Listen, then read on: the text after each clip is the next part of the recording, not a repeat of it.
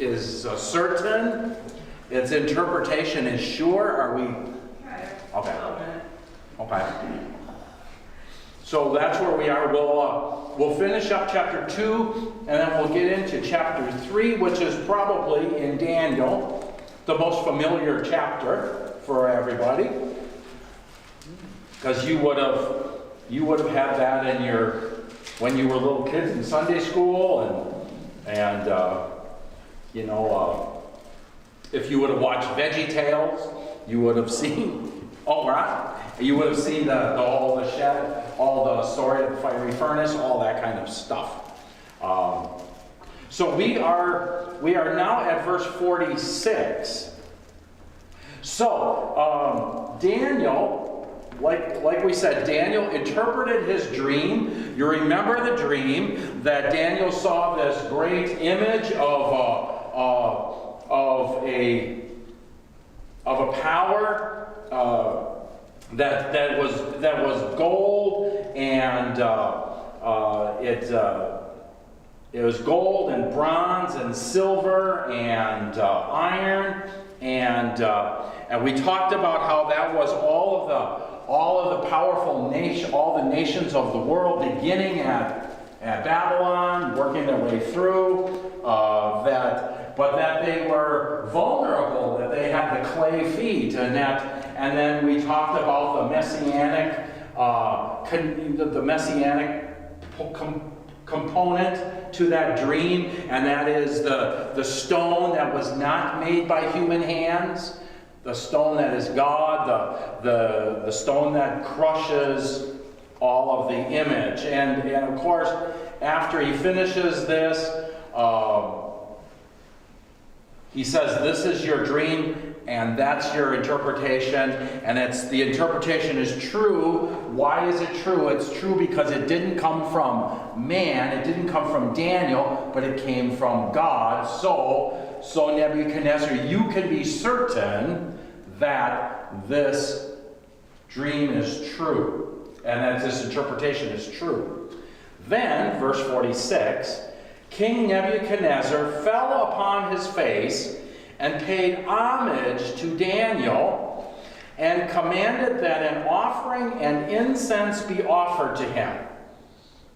The king answered and said to Daniel, truly your God is a God of gods and Lord of kings, and a revealer of mysteries, for you have been able to reveal this mystery.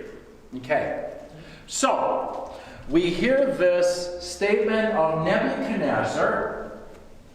How do you interpret it? What does he say, and what doesn't he say in here?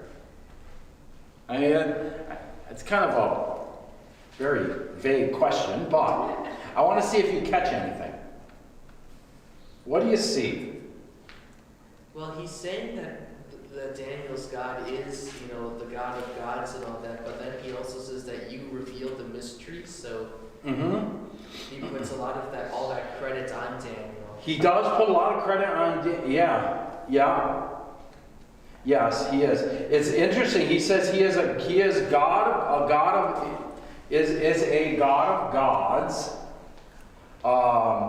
and he is a Lord of kings, and so he does say that. But what he doesn't say here, and it may not seem like a big deal to you or to us, because we don't necessarily, maybe we don't wordsmith oftentimes as much as we should. He doesn't say he is the God or the one God. He says he is a God of gods. He is mightier than many of the gods.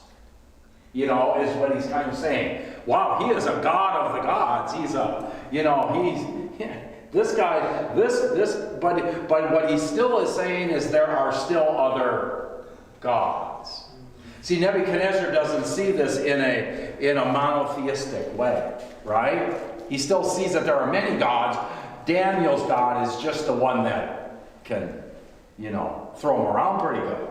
So that I think is that Nathan caught pretty well there. And you're right, he does give a lot of credence to Daniel. And in essence, he's thanking Daniel for revealing this mystery to him. I would imagine that probably, from the standpoint of Nebuchadnezzar, that probably brought him some peace. And knowing the answer, which means that dream that he had was probably really troubling. That it was overwhelming, and so the fact that he got the answer to it brought peace, but it also shows that even though he got the answer to the dream, did he really understand what that dream means, what the implications of that dream are? Because really, what did Daniel say to him? Daniel said that this stone that has become the capstone, this Messiah, is going to crush you. And you and all the other nations. See, Nebuchadnezzar didn't necessarily think that, and we'll kind of have a little better understanding of that maybe as we move to chapter 3 as to the why. Did he maybe think of Daniel as a god because he gave him the offering that he would have given to a god? Or has the voice of God. He may not have seen him as a deity. I don't think he saw him as a deity. Because he doesn't, while he gives Daniel high honors, there's a word that's not used here. He does not worship him. But he gave him an offering. He gave him an offering, sure. But it's it's as one that is it's an offering that for Daniel as the spokesperson for his God. But that it wasn't a form of worship to Daniel, and that is the original language here doesn't indicate that he worshiped Daniel, and we'll see that because we'll see that language used in just a few more verses down the road. So the king gives him high honors. He gives him many great gifts. And he makes him ruler over the whole province of Babylon. And I want you to keep that in mind as we go into chapter 3. He gives it over the province of Babylon. Do you notice it's not over his whole, he doesn't make him like a ruler over his whole kingdom. Because the kingdom was the kingdom of the Chaldeans, while Babylon might be the central city, there were many provinces to this. The Chaldean, the Babylonian, they took over a lot of stuff. And so Babylon being the central city wasn't the only place that was this, the Chaldean tribe. And so he made him ruler over the province of Babylon and the chief prefect over all the wise men of Babylon. So he gave him the authority over all the wise men. Why did he do that? Why do you think he did that? He was the only one who could interpret. Yeah, he was the only one, and Nebuchadnezzar was probably pretty smart, and he figured out that all the other wise men, they would interpret stuff based off of what they thought Nebuchadnezzar wanted to hear. So, were they really predicting anything? Probably not. Where he knew Daniel was because Daniel's interpretation was not one that was totally favorable. He wasn't afraid to tell the truth. So, Daniel made a request of the king, and the king appointed Shadrach, Meshach, and Abednego over the affairs of the province of Babylon. But Daniel remained at the king's high court. So here we see now Daniel made a request, and the request was, Nebuchadnezzar has said, I want you to be the ruler, to be over this province of Babylon, and Daniel says, no, king, instead of having me as that authority, the ruler over the province or the provinces, he says, I want you to give that to Shadrach, Meshach, and Abednego, my other Judean partners here, and I'll just work with the wise men. Okay? So he passes it off. Isn't it interesting? Daniel doesn't take all of what Nebuchadnezzar gives him. If he would have done that, imagine the power that Daniel carries. And yet, for some reason, Daniel didn't want that power. Why do you think? And as we look at this from the standpoint of Daniel, as he is a child of God in the world of paganism, what is Daniel doing here? Do you think? And I don't know if there's any right or wrong answer to this. I'm just... He doesn't want to become a god. Pardon me? He doesn't want to become a god for them to worship. I think that there's a lot to that he doesn't want to be looked at it from a godlike, in a godlike way. Now some of that is, obviously there's a humility. There might be something in there also of a Daniel maybe kind of checking his own pride, that type of thing. Maybe he knows he can succumb to that type of a response. Now there are some people that can take praise in a very humble way. They can kind of almost pass it off as being certainly not worth that praise. They have minimal amount of ego. You probably all know people like that. I see. I have those in my family that are similar to that. And then there are others that kind of feed off of that praise, and they're hungry for it. They seek it out, and if they aren't aware of that sinfulness of their own,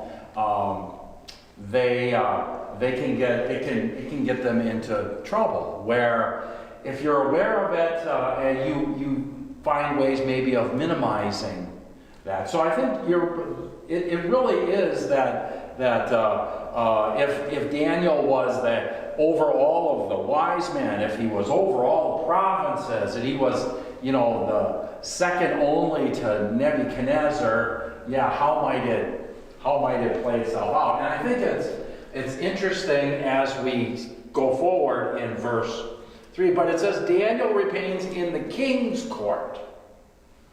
And so he is, what do you think would be the expectation of those that are in the king's court? How would they be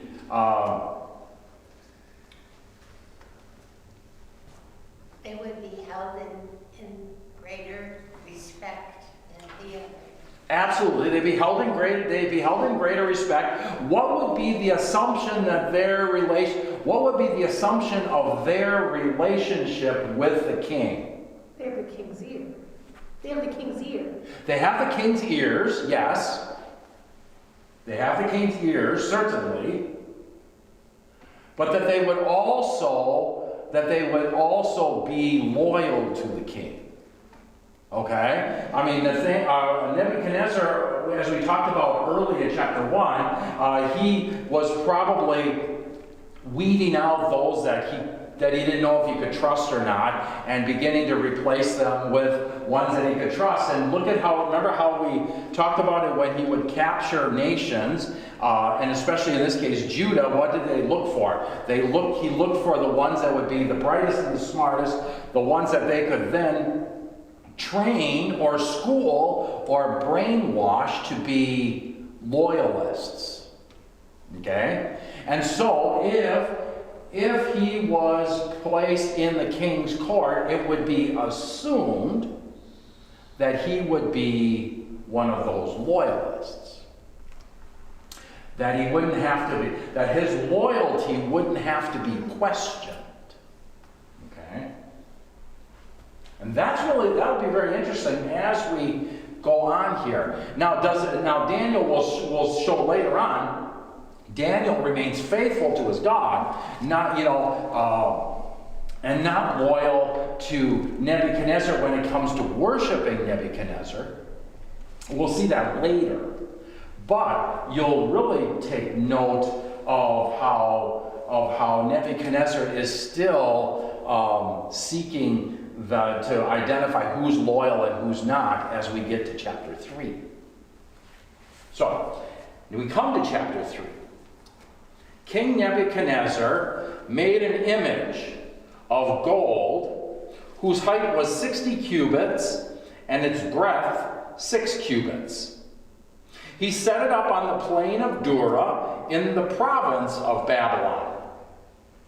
Then King Nebuchadnezzar sent to gather the satraps, the prefects, the governors, the counselors, the treasurers, the justices, the magistrates, and all the officials of the provinces to come to the dedication of the image that King Nebuchadnezzar had set up.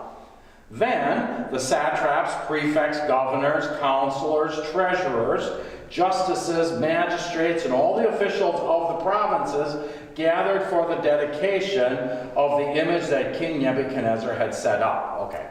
What are satraps? Well, satraps would be, those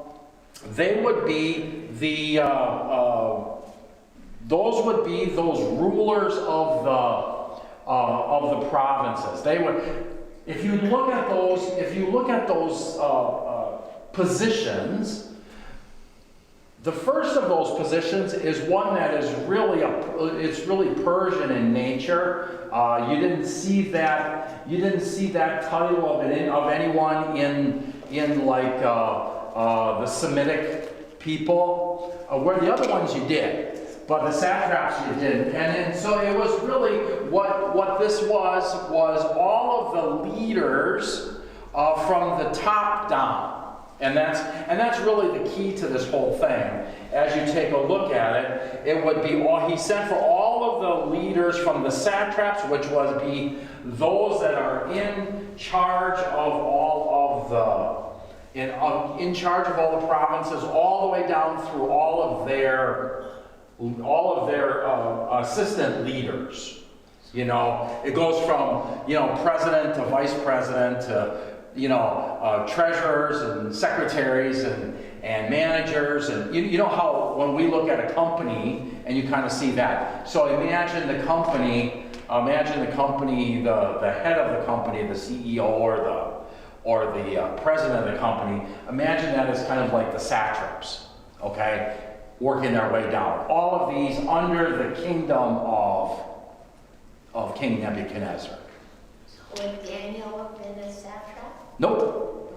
Remember what Daniel would have been one if what? If he had worshipped? No. If he didn't give it to his friends? If he didn't give it away. If he didn't give it away. Yeah, exactly. Exactly. What was Daniel? Daniel was a servant in the high court of the king. Okay? He was in the king's high court. He was not in this other hierarchy of But who was? Shadrach, Meshach, and Abednego. Yeah, Shadrach, Meshach, and Abednego. Absolutely. So they are part of this. Okay. And so what does it say? He says that, it says first he has made this image of gold. Okay? First thing, image of gold. What's the image of? One of the gods, probably. Okay. What makes you think that? Well, it's not mentioned, and I mean, why else would it be so large? Okay. All right. Well, that's very interesting. I wouldn't have expected that to be the first answer, by the way. Oh, okay. Now, I'm glad you said that. I wouldn't have expected that to be the first answer. It just seems more likely than it just being an image of the king itself, because Daniel probably would have said that. Okay. Unless the king saw himself as what? Oh, A god. Yeah. I think that there would have been, more often than not, when asked the question, they would have said the king had this gold image made of himself. But it doesn't say that here. And I think that that's very appropriate in that what Nathan said is this was probably an image of one of the gods of Babylon. And so unless it was an image of Nebuchadnezzar, of which then he sees himself as a deity. Okay. That's a great, but it's probably, like you said, it's probably one of the gods. And the thing is, this is the other part of it. It's an image made of gold. Isn't it interesting how in his dream, there was this image of the nations, and the head of the nation, and the head of the image was what? Gold, and and Daniel said that represents you. Now, does this mean that he constructed this gold after that, or was this already under construction during the time? We don't know any of those answers to it, but it was this image that he now had made, and its height was 60 cubits and its breadth 6 cubits. Now, It says in my Bible 90 feet high and 9 feet wide. okay, you're right. A typical cubit measurement would be from your elbow to the tips of your fingers. That would be a cubit, okay? And so if you were to calculate it based off of that and an average size of the people at that time, you're looking at something that's probably in the neighborhood of 90 feet tall, probably 9 feet wide. Okay? However, there are times in the scriptures, and especially, I mean, it did happen with the Semitic people, but you also saw it happening, especially with those that were not with the Gentiles, with the non-Semitic, in that they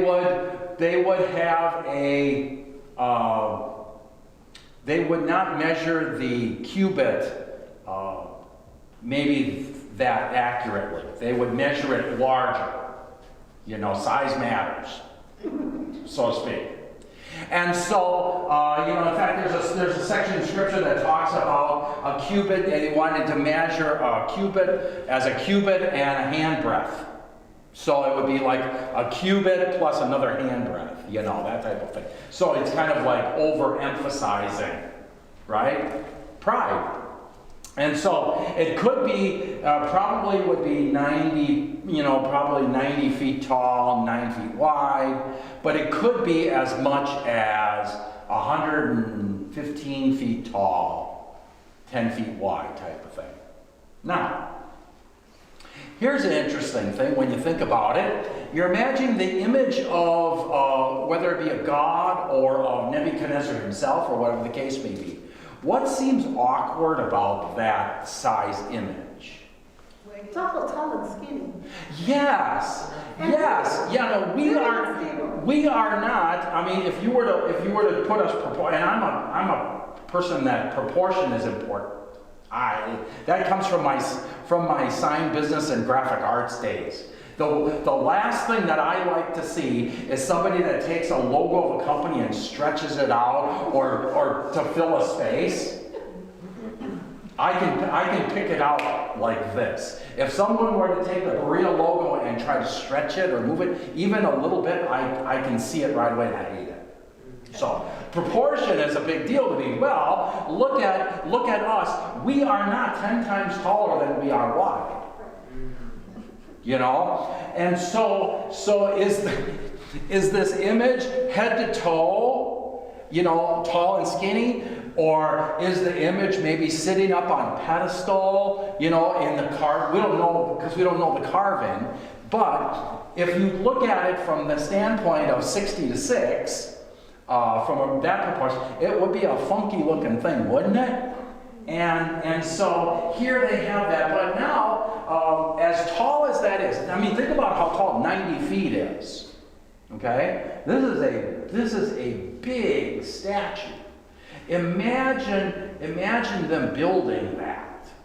Oh, And how tall is the main church building? I think the main church building is only like, what's it, like 55 or 60 feet tall? Yeah, something along those lines. Okay? So, I mean, when you think about that, we're probably here 15, 16 feet only to the peak. Something 15 feet. And so when you think about that, you think about 90 feet tall, and it would have been carved. They didn't have concrete at the time, right? So it would have been probably made of stone or something along those lines. My guess is it wasn't solid gold. It could have been. Can you imagine? Can you imagine what that would have cost? It was probably more like a stone with a gold, you know, where they hammered gold over it. That's how they would have made the golden calf. You know, they would have made that probably out of wood or something, and then they would have formed the metal around it. That's what the metal, you know, the metallurgists would do. Those goldsmiths that they would have had in the day. They would have pounded gold, they would have melted gold down and pounded it into really, really fine sheets and then wrapped it in those fine sheets. It's very similar to our process of gold leafing today, but in our case of gold leafing, it is like tissue paper thin, the gold. There they probably would have had it more in like sheets. Probably. But it doesn't say. But the interesting thing about it here is that he has this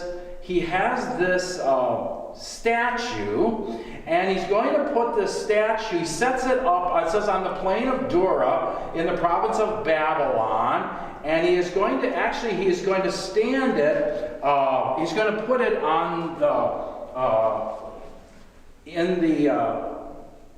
let's read it and see if it shares it here. Then the satrap, we'll get to, let's see, verse 4. Then the herald proclaimed aloud, "You are commanded, O people and nations and languages, that when you hear the sound of the horn, pipe, lyre, trigon, harp, bagpipe, and every kind of music, you are to fall down and worship the golden image that Nebuchadnezzar has set up. And whoever doesn't fall down and worship the image shall immediately be cast into the burning fiery furnace."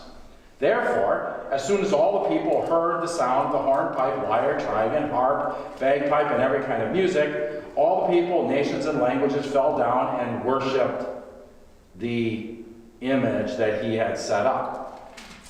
I just wanted to see where he set it up on the plain of Dura. I know it says where he puts it, though. It's just in the province of Babylon. Yeah. Actually, it was set into an indention in the wall that surrounds Babylon. And the reason that I wanted to bring that up to you is because This wall of Babylon. Now, we talk about how big that image is, right? Oh. This wall of Babylon has been reported to be about 270 feet tall and 29 feet thick. So this wall would make sense if they're going to put it into an indention in the wall, because it would need something to support it. You know, part of the reason it needs to be supported is because it's 10 to 1 as far as its dimension, and so it would need that kind of support. But when you think about that wall, a wall that'd be 290 feet tall, 29 feet thick, that they would have had to have built around the city of Babylon. Imagine the engineering that has to go into doing that. They don't have the equipment that we have today. To be able to, you know, it's one thing if you're going to have to lift a rock, you know, from you know, one that's this high, you got to put another one on top of that. It's one thing, but what happens as you get up into, you know, the higher and higher and higher, as they have to, it's kind of staggering in your mind as you think about them building a 290 foot by 29 foot thick wall around an entire city.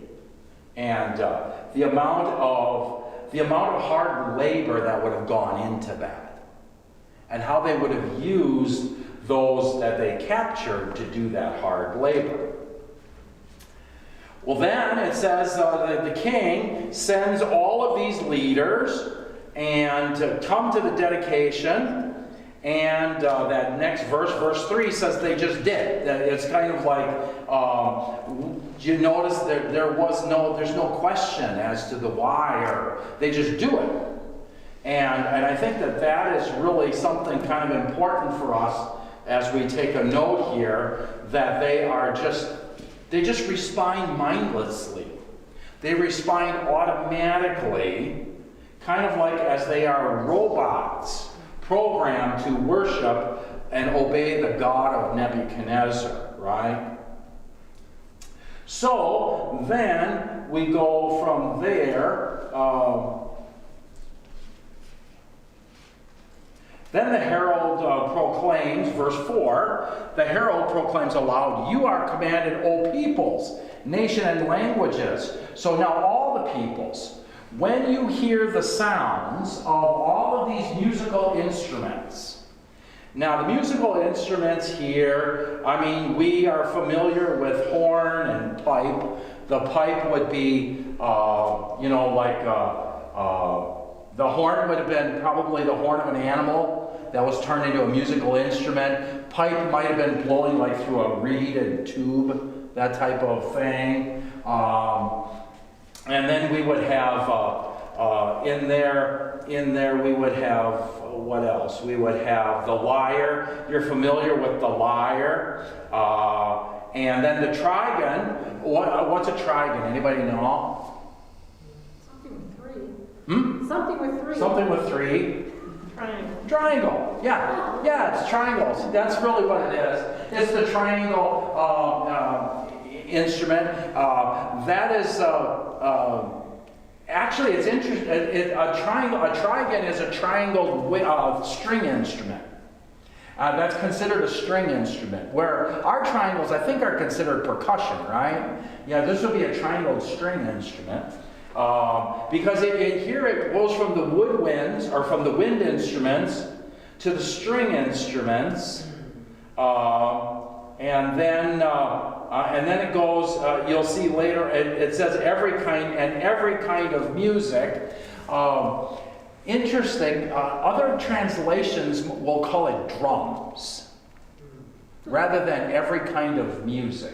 But the word that is used here for every kind of music, translated in the Greek, if you were going to go to like the Septuagint, in the Greek, is the same word that we have for symphony. And so here it speaks of all of these instruments, every kind of music. When you hear this, you are to fall down and worship the golden image that King Nebuchadnezzar has set up. And whoever does not fall and worship it, immediately be cast into a burning fiery furnace. So not only have they been told or told that when you hear this you have to worship, if you don't worship, the immediate implication is death. Death by furnace. Now, the way these furnaces were made is they were not furnaces that were sitting, here's ground level. The furnaces would be built up like this. These would be pit furnaces.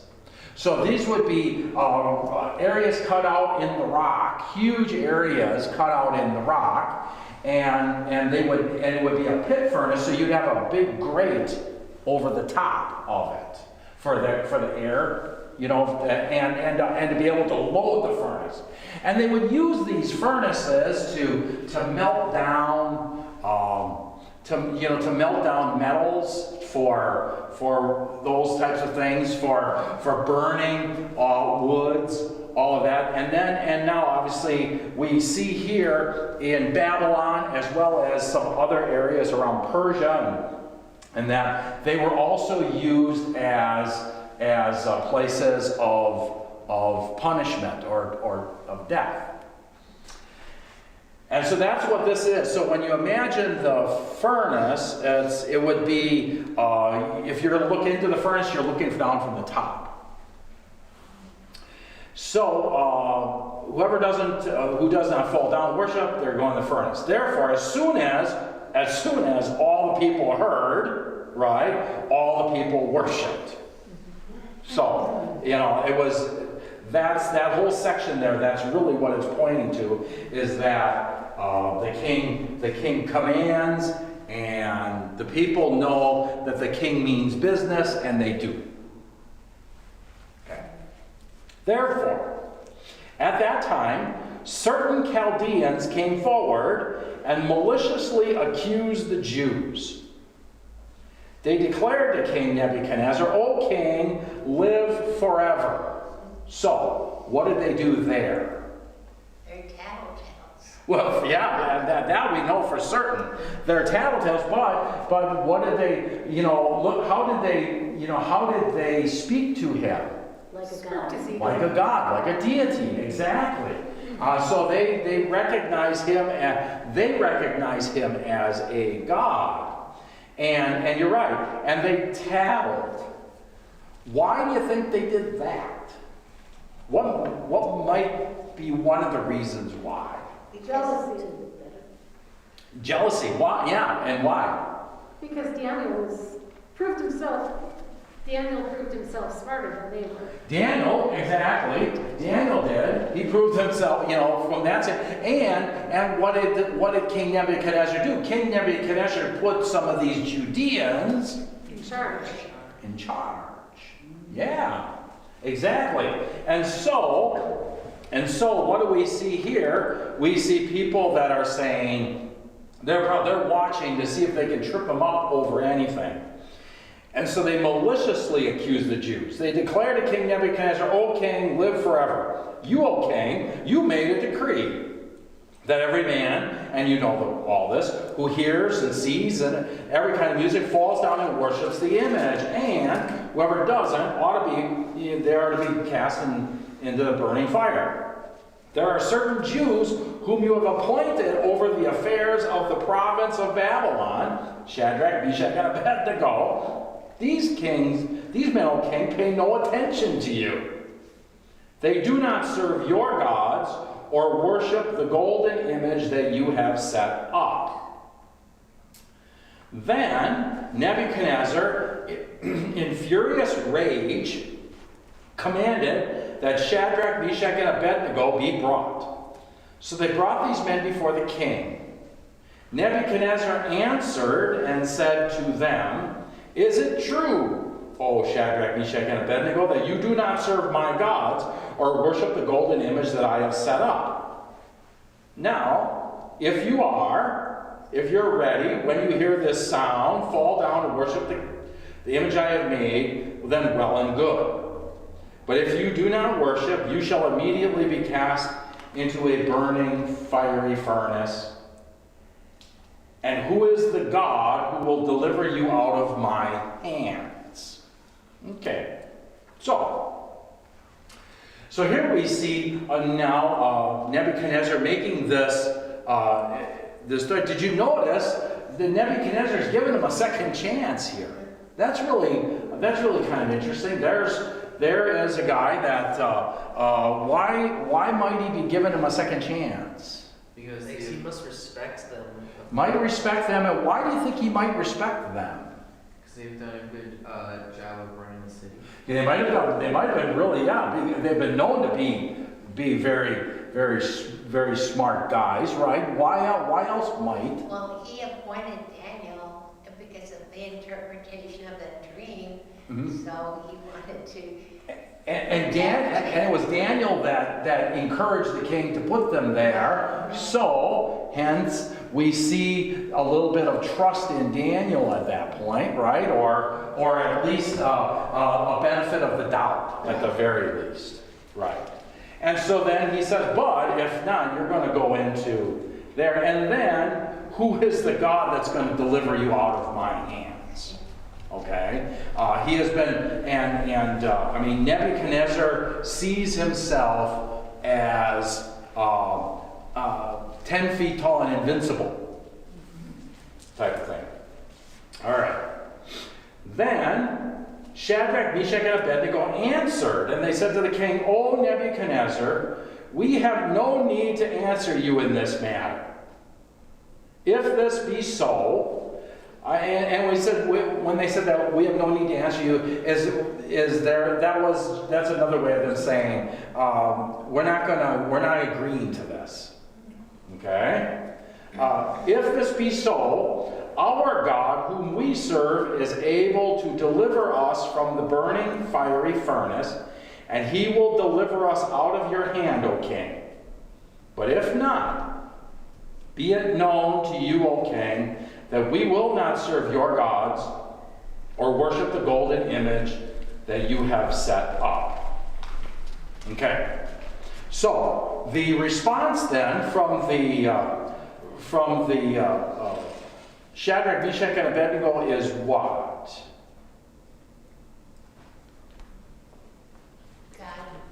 God comes before. Yeah, and but what don't they necessarily say? They don't say. They don't say God will save us. They don't say God. They don't just say, well, where God will save us. They don't say that. What they are saying to him is that our God, if he chooses, will save us. But if he doesn't choose to save us, we still worship him. They trust in God, even if his will isn't to save them. That is a important thing as we take a look at our relationship with God, and we're going to have to close here just because of the time. As we look at our relationship with God, and that is, God is not the answer to our wish list. When we pray the Lord's Prayer, we pray, "Thy will be done." And if God's will is for us to prosper, if God's will is for us to have freedom of speech, if God's will is for us to have success, if God's will is for us to have riches and all of these things, so be it. But if it isn't his will, we believe that God does all for the good of his people. That's what we prayed in our prayer of the church today. And here we see that with with Shadrach, Meshach, and Abednego is that they trust that their God is in full control. And he's in full control, that he will save them, or he will, or if he chooses not to, it doesn't matter. They still are not going to succumb to another God. And that's really an important piece here. Very quickly, though, I skipped over one verse here that I think is an important thing, and that is at the end of verse 15, he says, you're going to immediately be cast into a burning fiery furnace, and who is the God who will deliver you out of my hands? That line is a taunt. That is like Nebuchadnezzar. Hey, I don't know, any of you watch football? Any of you watched the last week's playoff games where we saw the Ravens and the Titans, and you saw the Ravens players go into the center logo and start stomping on the logo of the Titans team, you know, that taunt? That's what Nebuchadnezzar was doing here. He was stomping on the logo, on Yahweh's logo. And it was a taunt. And why do you think he had the confidence to taunt Judeans' God? Why? He just thinks of it as one of the other gods. Okay. Yep. He might actually think that he is a god, or that all of his power in there is greater. At the very least, he believes he's more powerful than Judeans' God. Yeah. Why would you think he'd believe that? Because he has such a vast kingdom. He's He's just been such. king for a long time, perhaps by now. Yep. His position as a ruler. He captured the Judeans. That's right. If the Judean God was so strong, he couldn't stop Nebuchadnezzar. So it's kind of like all of what you are saying is that he believes that he is more powerful than the God of the Judeans. And in his estimation, he has already proven it by his conquest over Jerusalem and by his plundering of the temple of the Judean God. Remember in chapter 1, he took all of the vessels, all of the important things out of the temple. If the Judean God was so powerful, how could he have gotten away with it? Even though the Judean God is the one that spoke to Nebuchadnezzar, forgot about that. That it was the Judean God that said that you are going to do it. So this intent was to question or to taunt the Judean faith.